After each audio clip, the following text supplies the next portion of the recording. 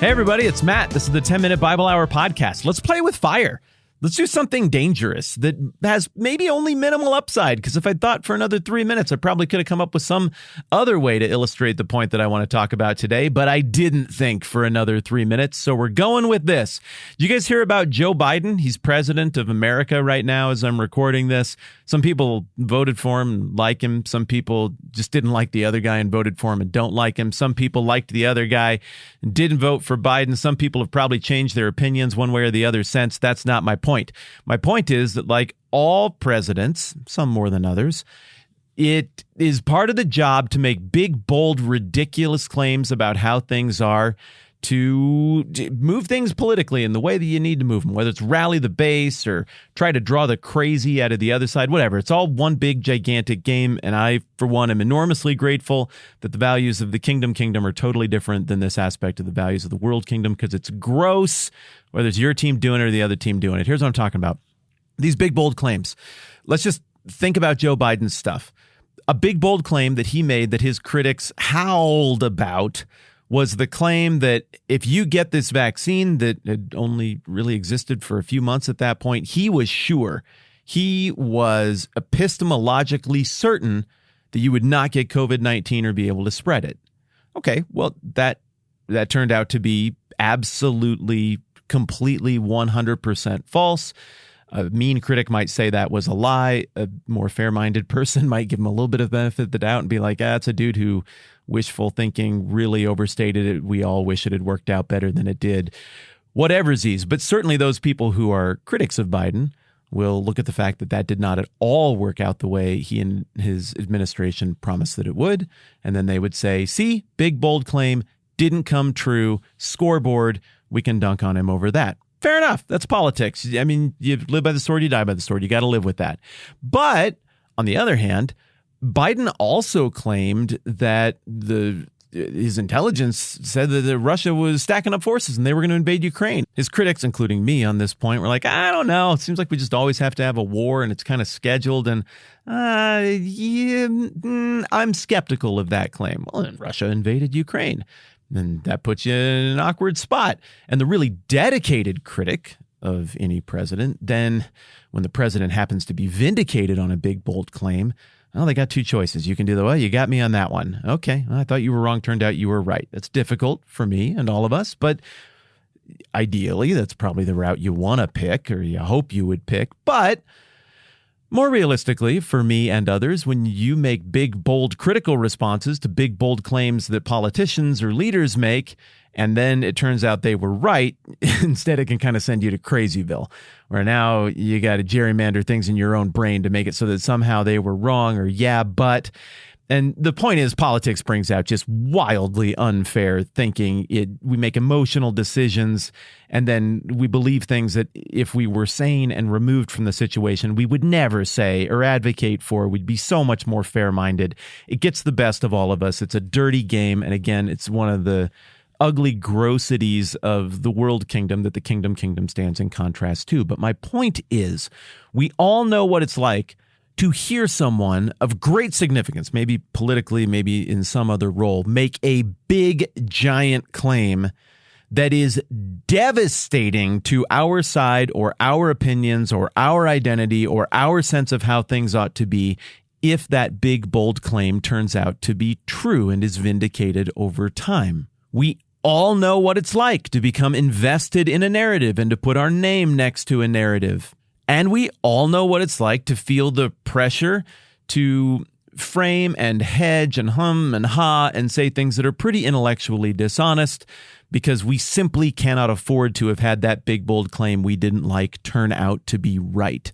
If you understand these pressures that we all face in modern culture, in modern political discourse, if you understand the tug of war to and fro with your sense of your own intellectual honesty and your own heart that these people put you through when they make these big, bold claims, then you understand all people from all of time, and you understand people from the first century, particularly the harshest, loudest critics of Jesus, who went so hard to the hole, so fully on the record in being against him and his big, bold claims, that they were willing to stake their reputations on executing him being the right call. Well, Jesus makes a big, bold claim in front of everyone in Matthew 26, and by everyone, I mean all of this religious leadership crowd, that if it turns out to be false, they all look smart and like they have been faithful, heavily burdened public servants who just had to do the difficult but right thing, and they were willing to take that blood on their hands for the good of all of the people they humbly and with a heavy heart serve. But if this big, bold claim of Jesus turns out to be true and he is vindicated, these people are monsters who led their people off a cliff and murdered the person that God had promised and that theoretically they had been anticipating and were supposed to lead their people toward responding positively to, that being the entire point of their existence and their role. If Jesus' big, bold claim is vindicated and turns out to be true, these people can't go on. Every one of them should be deposed, shamed, stripped of money and property, disgraced in society.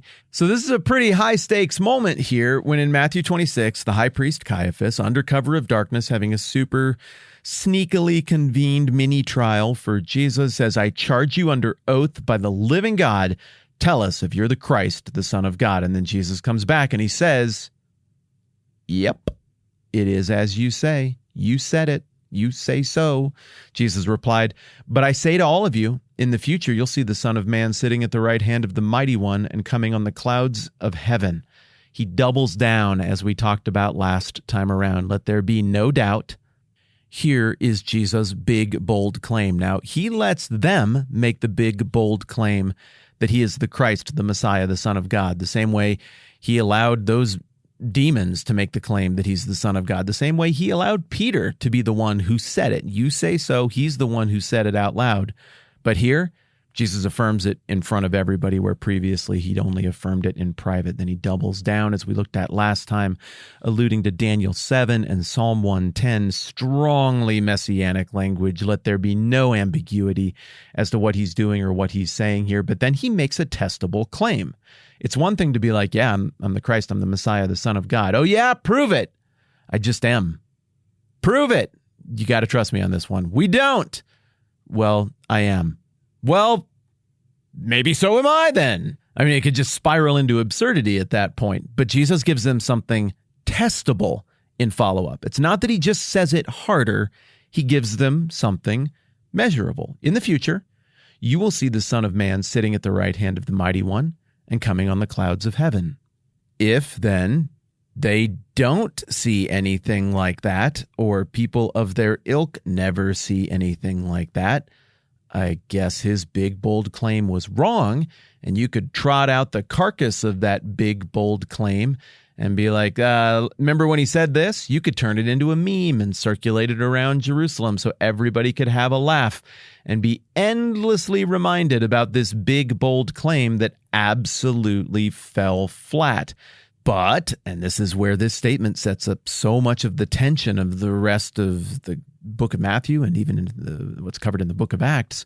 But if it turns out that what he said is true, and that he is seen sitting at the right hand of the Mighty One, and that he is seen coming on the clouds of heaven, if anything really happens that vindicates his statement, his affirmation that he is the Messiah, the Christ, the Son of God, then the consequences for the people who opposed him and criticized him and condemned him would be devastating, to say the least. And further, the vindication and the consequences and the emboldenment for the people who sided with Jesus, even if right now they're like hiding under rocks and stuff, would be massive as well. It would be absolutely confirming of everything. It would be the kind of thing that would cause generations of people coming after this to be like, I don't care if you have me eaten by lions in front of people. I know what I saw. I know what I heard. I know what happened. You can't stop me from believing this and telling other people about this because it is inarguably the truest, realest thing. This happened. He made a claim. It went down. He is indeed the Messiah, and I won't stop. And frankly, what happened socially in the first several hundred years of Christianity squares with the biblical claim that Jesus is indeed vindicated on these big, bold claims. And the utter collapse of Jesus' opponents here and their institutions is indicative of them having to eat their failures and the public humiliation that came with getting that wrong. Now, there's so many more layers to that, and I want to pull on this thread more and look at the way this plays out. But the biggest thing that I want to hit on today is this is a big, bold claim. It is a testable, big, bold claim. And now all of the parties involved are going to start kind of behaving the way parties involved in big, bold claims with their sides today are going to behave. If the big, bold claim is vindicated, there's going to be a huge empowerment for the people who are on the side of Jesus. If the big, bold claim is utterly debunked, the people who sided with Jesus will become a footnote to history. We'll never hear about them again, and they will endure shame and disgrace as they go back to their lowly jobs in Galilee, or maybe just get rounded up and killed as co-conspirators, and that will be the end of that.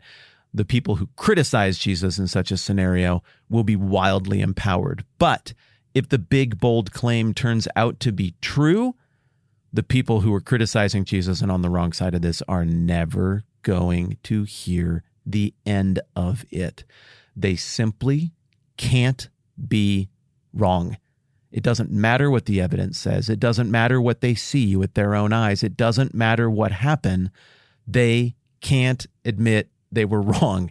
It's simply become an impossibility. They have painted themselves too far into this corner, and the consequences of Jesus being right, of him being, say, seen at the right hand of the Father, well, no matter how much truth would in that scenario have to be run through the ringer, no matter how many lies, no matter how much blood would have to be shed, you're just going to have to do it, because that big, bold claim is a dividing line in history.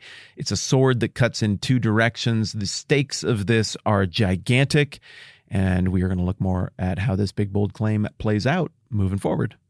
Quick side note, it's been a little while since I last published an episode of Ironwood Rhino. We even had some weird issues with the RSS feed. All of that's good and fixed, and there's a new episode up, and I think it's super, super fun.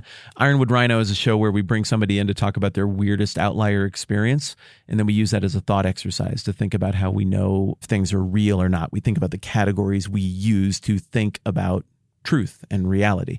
So it's a nice compliment to what we do here. And if nothing else, I think it's a really fun diversion. So there's a new episode up over there. Please go check it out if you have a moment. Again, it's called Ironwood Rhino. I think you will like the program. Thanks for hanging out with me. I'm Matt. This is the 10 Minute Bible Hour podcast. Let's do this again soon.